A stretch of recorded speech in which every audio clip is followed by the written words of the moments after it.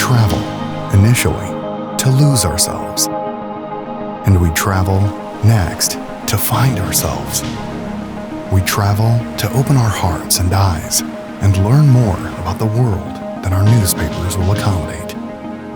We travel to bring what little we can in our ignorance and knowledge to those parts of the globe whose riches are differently dispersed. And we travel, in essence, to become young fools again, to slow time down and get taken in, and fall in love once more. Now, let's inspire your imagination. Explore and delight in the possibility of each moment as time melts away, and finally lose yourself in experiences that will stay with you forever.